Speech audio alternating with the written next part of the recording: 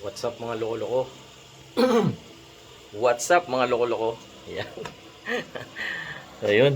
Kamusta? Tagal tayong walang upload kasi may isang vlog ako na ini-edit ko. Tapos, napuno yung memory ng cellphone. Nagbura ako ng mga video. Ngayon nabura lahat. Ang vlog ko pa naman doon, nung nasiraan ako nito, ito kaya may ano dito, may tissue, kukwento ko na lang kung ano nangyari. Itong ink line na ito. Ayan o. Meron ng tape. Kasi gumasgas siya dun sa, teka, makikita ba? Dito sa ilalim ng ano, dito sa part na to ng printer, yung case ng chassis niya, kung anong tawag diyan. Kumayod to. Kaya nung pag-print ko, wala yung isang magenta. Ano na to, parang mga more than 1 week na nangyari. Tapos pag kita ko, wala yung line na yun. So sinunsun ko siya hanggang makita ko na may butas na dito. Buti, hindi tumulo yung ink dun sa board. Kung hindi, nag-short yung board. Sira talaga yung board.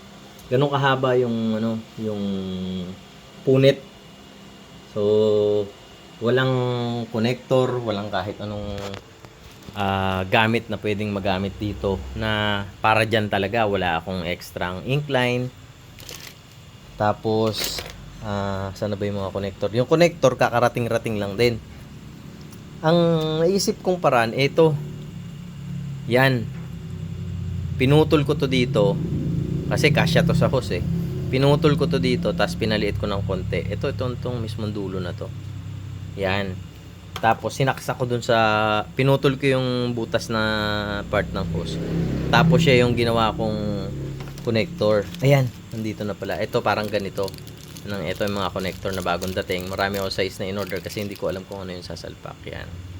Ganyan. So, awa ng Diyos, hindi pa rin napalitan. Bumili din ako ng Y para kumuha ako dun sa isang magenta sana. Pero, yun nga, hindi na asikaso. So, nagawa natin ang paraan na pagana natin. So, nawala yung leak. Gumana. Ayan. Gumana siya. Tapos, ang nangyari, nagsunod-sunod nga eh. Ang unang-una ko in-order, yung head.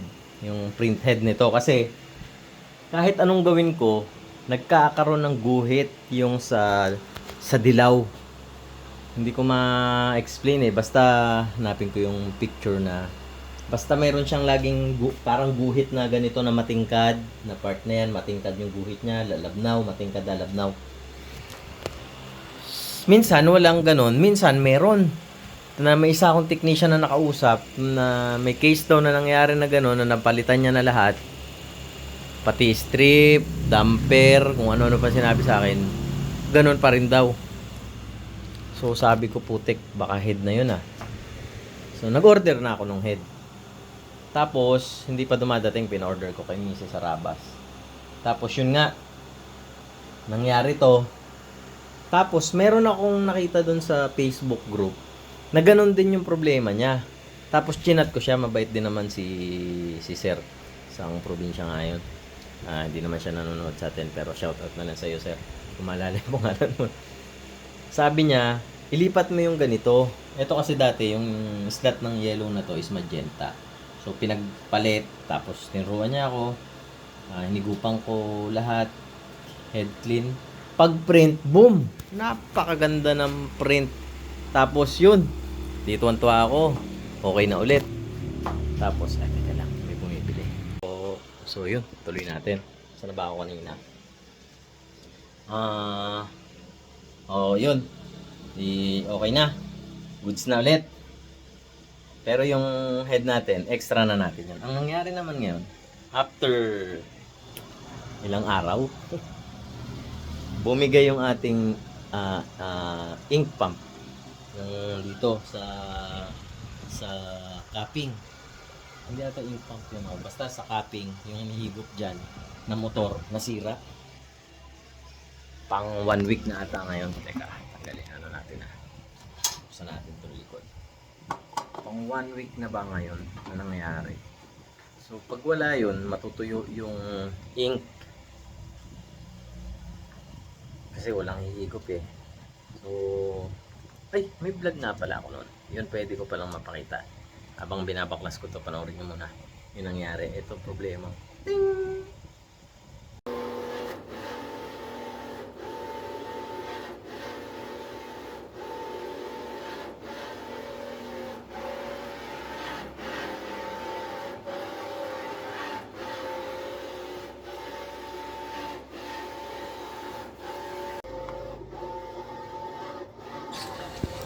Ayan o. Ginamitan natin yung mga pupwede ditong magamit. Yung mga hose ng tubig dito kasi tetestingin natin yung water pump na gagamitin natin pansamantagal kasi wala tayong pump. Tetestingin lang natin kung uubra ba. So nilagyan ko ng ng glue stick para kasi maliit yung isang hose eh. So yan, tatlong size ng hose. Ayan yung water pump na 12 volts at ayun na, napaso ang tanga. Ayan. So, ayan talaga, ininda ko talaga yung masakit eh. Ayan. Ayusin lang natin para walang singaw kasi hindi siya makakahigop once na may singaw. Kaya wala, no choice tayo. Matagal ang dating. Mga pinakamabilis galing China ata, parang 5 days eh. Kaya yan, gawa-gawa tayo ng paraan. Ano ba tong ano na to? Ayan, nagpalit tayo ng glue stick. So yun lang, pakita natin, fast forward tayo kung ano nang datnan niyang kalokohan natin na yan. So yan, tapos na. Kumuha tayo ng empty ink tank. Yan, nilagayan ng ink, tapos doon natin tinutok yung labasan ng ng ink ng water pump na gagamitin natin. So testing natin kung effective yung ganyang diskarte. Grabing pawis ko. So ayan, testing natin kung effective pansamantagal. Ito. Ayan yung hose natin, oh. Pahigupan natin.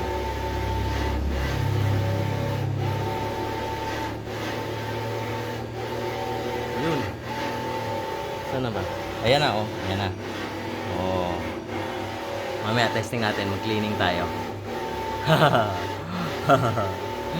Water pump. Alright. So, ayan. After ng naging pusit-pusit, sobrang dumi. Ayan, oh. Pansamantagal muna na ganito yung gagawin natin habang hinihintay natin tong, alam mo na, sa bundok. Dapat talaga nag-i-stack tayo nito, eh. So, yan. Siraan tayo nito. Hindi ko alam kung anong tawag dito. Ink pump sa capping. So, ganyan muna ginawa natin. Meron tayo ditong water pump na 12 volts. So, ito na yung mga ink na hinigop niya. Hindi ganoon kalakas, pero at least makakatulong siya para lang hindi matuyuan yung head natin ng ink. So, ayan. Kaya pala nakita ko kanina, siguro kagabi pa yun nung pagpatay ko. Hindi ko na napansin. Puno na ng black ink to. Hindi ko alam kung anong dahilan nun. Black ba o cyan siguro. So, ito na yung test print natin ngayon. After natin mag-print ng ilang tarp. So, yan. Ayos naman. So, mabuhay ka. Mag-print na lang tayo na mag-print mamaya. Para lang hindi siya matuyuan. Hindi ko alam kung ilang araw bago dumating yung order natin. At kung meron tayong mabibili dito sa tropa. Ano? Lumitaw. Hindi ko rin alam kung pwede yung 6 watts. So, order tayo ng 3, order tayo ng 6. Pang stock na rin natin. Alright. Yan o. Super linis. Toink. Ayos. So, ayun yung ating. May dumating na tayong connector niyan. Hindi pa rin natin nakakabit. Ayos pa naman. Huwag muna natin galawin. Patsi-patsi. So, ano yung meron tayo dito? Yun na muna yung ating pagganahin hanggang sa dumating ating mga order. So, yan. Yan muna setup natin. Siguro, ibababa ko na lang yan para mahigop niya talaga. Pero, okay na rin to na may ink dito para hindi maging parang suction siya, hindi makapasok yung hangin. Hindi ko alam kung may ano yun, may sense yung sinasabi ko. So yan, nakakadalawa na tayo dito. Tapos yung problema ko sa yellow na may guhit, na naayos ko na. So ito naman nagsunod-sunod na problema, pero awa ng Diyos, nagamit pa rin natin. Nakaprint pa tayo ng 1, 2, 3, 4, 5, 6, 7 ngayon na tarpaulin. Alright, so yan na. Ito na yung ating, ito na yung sira na pump. Hindi ko alam kung ito yung original niya talaga, kasi converted nga itong ating ano, no, itong ating machine. Hindi ko alam kung yan pa rin yung original pump niya o napalitan ni Sir Romnick. Pero feeling ko ano na rin to, palit, kasi may putol na eh, oh. Ayan, oh. Ayan, ngayon ko lang ulit nabuksan to. Teka, bunutin muna natin. Ayan tayo eh. Ayan. So hindi ko, kasi sobrang excited ko noon. Hindi ko rin, wala akong idea dito talaga. Di game na. Game. Teka, may bumibili ulit eh. So, ayan. Parehas din naman nakuha natin. 24 volts na 3 watts lang. Hindi, sabi ni, sino ba yung nag-advise? Si Sir Jake, na hindi, baka daw in the long run may magka-problema. Pero sabi naman ni Sir Romnick, walang problema kahit 3 or 6 watts, basta 24 volts. Pero sabi ni ChatGPT, in the long run, baka merong problema. So, uto-uto tayo, naniwala tayo kay ChatGPT. So, yun. Brand lang naman ang pagkakaiba nila. Siyempre, yung orientation nila parehas din. Hindi ko lang alam kung bakit naglagay si Sir Romnick ng mylar capacitor dito. Hindi ko sure. Sa frequency siguro yan. O kung ano man. So, yun ang gagawin natin. Lipat lang natin tong hose na to dito. Tapos ito. Tapos lipat natin yung wirings. Tap na lang din tayo dito. Tapos, itong hindi ko alam ba't talaga may mylar dito. Kasama na to ng motor yung mylar. Hindi naman siguro nilagay ito ni Sir Romnick. So, hindi na natin lalagyan ng mylar kasi wala namang mylar na kasama to. Kasi hindi naman to hininang na direct ni Sir ni Sir Romnick eh. So, ang gagawin natin, salpak na lang natin to ng maayos. May isa pa akong problema dito eh. Sa mga kaibigan natin, oh. Ang heater na gumagana dito, ito lang. Hindi ko sure tong bed kung gumagana rin. Parang umiinit din. Yung nasa likod, hindi siya umiinit. So, yun pala isa ko pang kakapain dito. Kung nasaan yung wire ng heater dito. Kung saan dito. Hindi ko pa na-check kasi para mapagana ko yung heater din nung nung nasa likod. Kasi importante din yun eh. Baka naputol. Hindi na naitap kung saan. So, yan. Makapanood pa ako ng isang nag-convert na to. Makukuha ako na to. Maintindihan ko na tong conversion na ganito. Mas ma-wirings ko pa to ng mas maayos. Kasi wala akong ka-idea talaga sa printing ng ganito. Ngayon pa lang ako nakakapagbukas at pinipilit kong magawa kasi wala naman tayong technician dito. So, yan, may mga putol dito eh. Kagaya nito. So, yun. Siguro next napapalitan natin yung incline natin dito. Or palitan na lang natin tong pero wala pa namang wala pa namang singaw. Kaya may tissue yan dyan. Para pag may kumatas, alam ko na nag-loose na yung ginawa natin dito. Pero dinikitan pa rin natin yun eh. So, sana huwag muna masira kasi tamad pa eh. So, ito muna gagawin natin. Daming intro eh. So, gawin na natin to. Hindi ko napapakita sa inyo. Kasi wala akong tagahawak ng camera dito. Video ko na lang ulit. Tapos pag-testing. Nag-order na ako ng dalawa nito. Pinaghiwalay ko lang ng order. Kasi pag yung dalawa in order ko, mas mahal ng sabay. Pagka binili mo isa-isa, may mas discount ka pa. Ko alam. May ganun talagang si Shopee. Ayan. Kabit natin to. Ito, binuklat ko yung likod, oh. Sabi namin dumi. Punas-punasan natin para malaki ang singil natin kay sir. Ayan. Yan. Ano? Nasunsun ko, ito pala siya. Ito. Teka, dami kalat. Di kasi na linis to dati. Yung heater, ito. Ang dalawang pumasok to dun, oh. Ito na yung linya. So, feeling ko, dito yan dumaan sa ilalim. Ito. Sa ilalim nung, ito dito. Dito yung wirings. Mahirap na tanggalin to kasi, ito, daming babaklasin eh. Iaangat mo pa to para matsilip mo to. Yung wiring nun, feeling ko baka dito nagka-problema lang. Kasi isang linya lang naman sila doon. So, baka dito, baka putol yung linya nito. So, pagka nagka-oras, sisilipin ko na lang sa ilalim. So, yun. Tapos na natin. Ayan na siya. Close na natin to. Ayan. Naku, may bibili na naman. Wait lang. Ayan. Ayan na siya. So, i-fire natin mamaya. Linisin natin kung goods na. So, yan. Ginagawa ko kasi dati. Kasi nga, ang function nito, hihigupin niya lang naman yung ink. Tapos tatapon niya dito sa waste tank. Ang problema, hindi ko matansya yung higop. Yung panghigop ko dito, sana ba yun? Ito, ang daming nasasayang talaga. Ang daming natatapon na ink. No choice tayo kaysa matuyuan yung head. Ganun talaga. So, yan.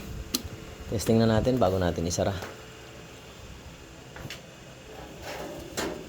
Baba na natin ito. Port. Oop. Yan. Gagawin natin. Testing natin.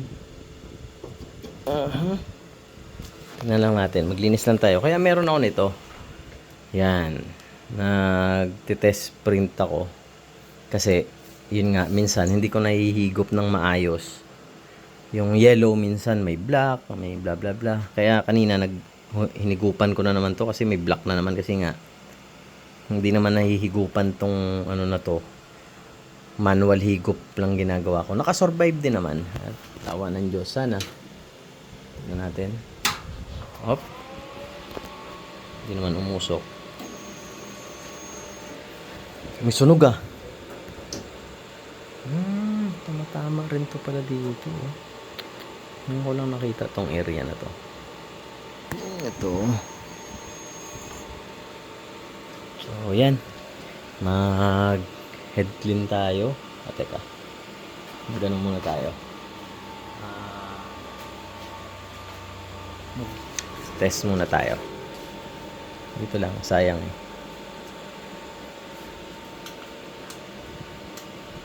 Muscle test. Ay, hindi.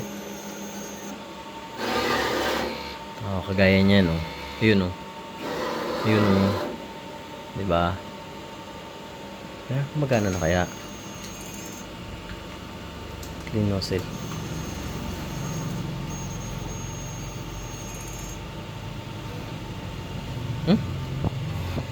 Tahimik ah.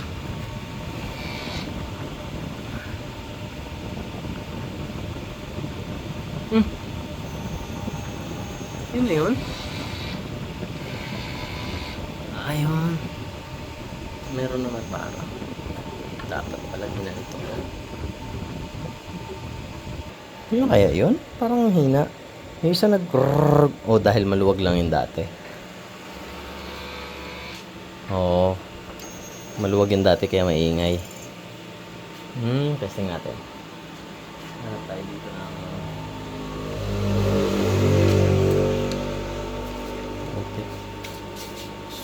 talaga. Wala na, kubildo na eh.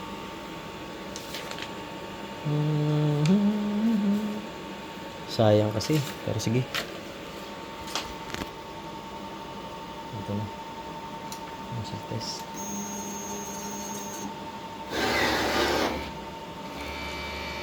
Yan o. Ganda na ng higop. Ayun o, nawala na. Malinis na. Yun! All goods na. Teka, parang push na naman yung dilaw ko. Hindi, ganyan talaga yan. Alright, isa pa. Yun o. Yun o. Ang tahimik pa nung ano. Ang tahimik nung pump. Oh. Nakakatuwa. So, yun. Nakasolve na naman tayo ng problema. Parang 3 problema yun na gawa natin ng paraan.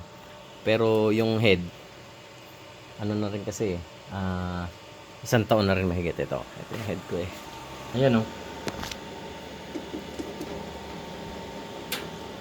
Yung unang head, unang kabit nito, ito, March 11, 2024. So, nagda-dry run pa lang tayo yan.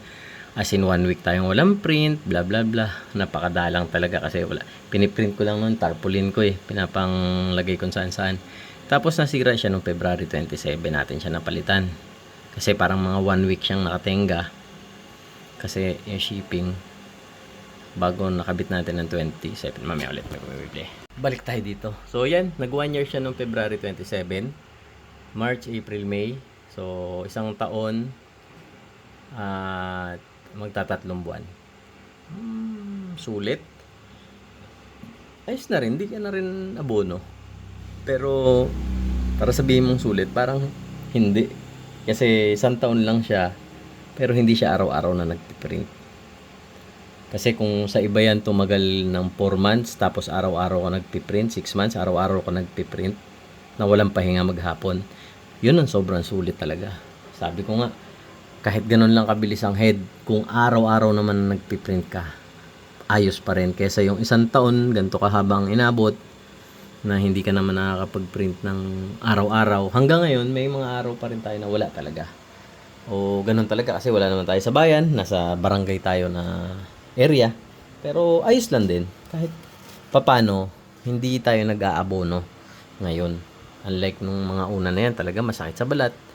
Yung yung naipon, yung kinita nitong buwan na to, papunta rito, yun lang yung binili ko ng gamit. So, lugi pa siya shipping. Parang ganon. Ngayon, wala pa rin ako nakukuha ang kinita nito. Pero, may stock akong tarpaulin, may Panaflex ako, meron akong sticker, meron akong ink na naka-stock, nakakabili ako ng pyesa niya na hindi ako nag-aabono. Tapos may extra pa siya. Lahat kasi ng kinikita nito, nakalagay lang sa isang garapon. Mula nung binili to hanggang ngayon, nakakuha na pala ako dito. Oo, naalala ko. Nanganak na to. Ito yung anak niya.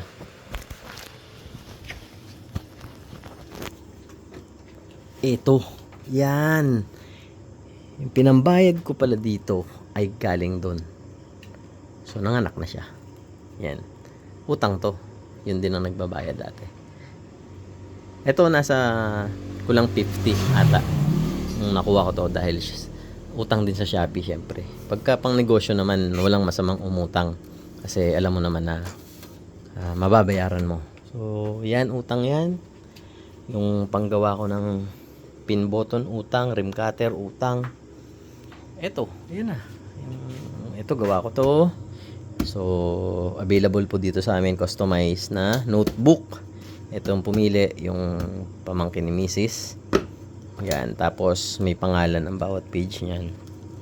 Siya yung pumili ng kulay. Yan. O, syempre, Abis printing. Yan. Request niya. Nakakadalawa pa lang tayo. Tapos ito kay Ate Aga.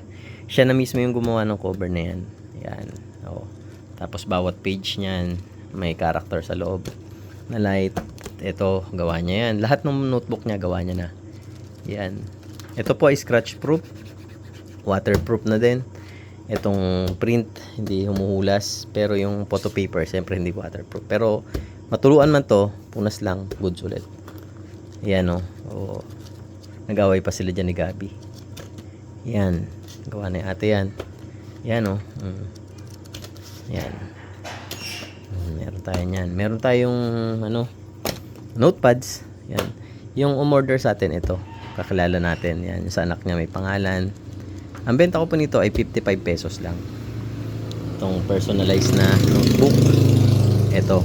Pero yung ganito kay Ate Aga, ito ay 85. Meron tayong mga notepads. Ito, free natin to doon. Sa nag-order nito sa nanay niya. Yan, mga notepads.